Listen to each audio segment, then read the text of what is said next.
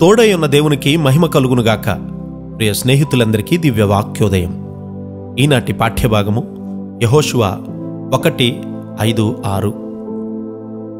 నీవు బ్రతుకు దినములన్నిటను ఏ మనుషుడును నీ ఎదుట నిలవలేకయుండును. నేను మోషేకు తోడైయున్నట్లు నీకును తోడైయుందును. నిన్ను విడువను, నిన్ను ఎడబాయను. ఎంత గొప్ప వాగ్దానమండి ఇది! వాగ్దానం పొందడం ఒక ఎత్తైతే దాన్ని పట్టుకుని ఉండడం మరొక ఎత్తు.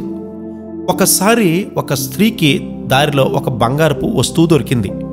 దాన్ని ఎక్కడ ఉంచాలో తెలియక తన గుడిసె పైకప్పులో ఉంచింది. అంతకంటే సురక్షితమైన స్థలము ఆమెకు దొరకలేదు. గ్రామాల్లో ఉన్నటువంటి ప్రజలు బంగారాన్ని కుండలో పెడతారు, కానీ దొంగలు వాటిని దోచేస్తారు. నీకు ఇవ్వబడినటువంటి వాగ్దానాలను ఎలా భద్రపరచాలో నీకు తెలుసా? ఆ వాగ్దానం పొందగానే యెహోషువ గారి కళ్ళు తిరిగి క్రింద పడి ఉంటాడు. అది చాలా గొప్ప వాగ్దానం. నీ ముందు నెపోలియన్ సైతం నిలవబడలేడు. నీకు దేవుని వాగ్దానాలు ఇవ్వబడినప్పుడు వాటికి తగ్గట్లుగా నీవు నడుచుకోవాలి. నీవు దేవుని వాక్యాన్ని ధ్యానించకపోతే గనుక నీవు ఆ వాగ్దానాన్ని పోగొట్టుకోవచ్చు. నీలో దేవుని వాక్యము నెరవేరదు. 20 సంవత్సరాల క్రితం నీవు వాగ్దానాలు పొందావు. అన్నిటినీ సాతాను దొంగిలించేసింది. అపజయం తప్ప నీకేమీ మిగల్లేదు.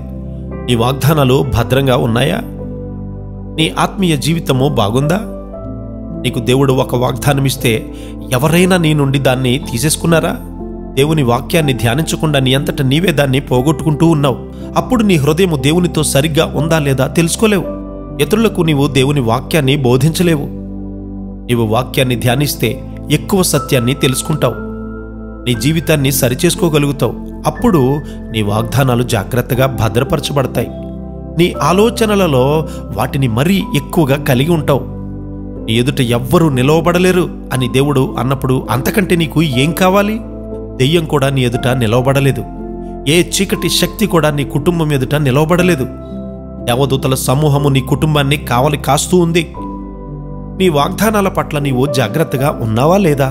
నీ హృదయంలో అతి రహస్య స్థలాన్ని తెరిచి నీ వాగ్దానాలు అక్కడ భద్రంగా ఉండడం నీవు చూడగలవా? నీకు వాటి ప్రాముఖ్యత తెలుసా? అవి దేవుని వాగ్దానాలే అనే నిశ్చయిత నీకుందా? యెహోషువ గారు తన జీవితాంతము వరకు వాటిని కాపాడుకుంటూ ఉన్నాడు. అవి అతనికి చాలా ప్రాముఖ్యమైనవి కూడా. జాగ్రత్త జాగ్రత్త, దేవుని వాగ్దానాలు గొప్పవి. వాటితో దేనిని చేర్చకు. వాగ్దానాల వెనుక పరలోకమంతా ఉంటుంది. పరలోకం చేరే ధన్యత మనందరికీ దేవుడు అనుగ్రహించునుగాక. ఆమేన్.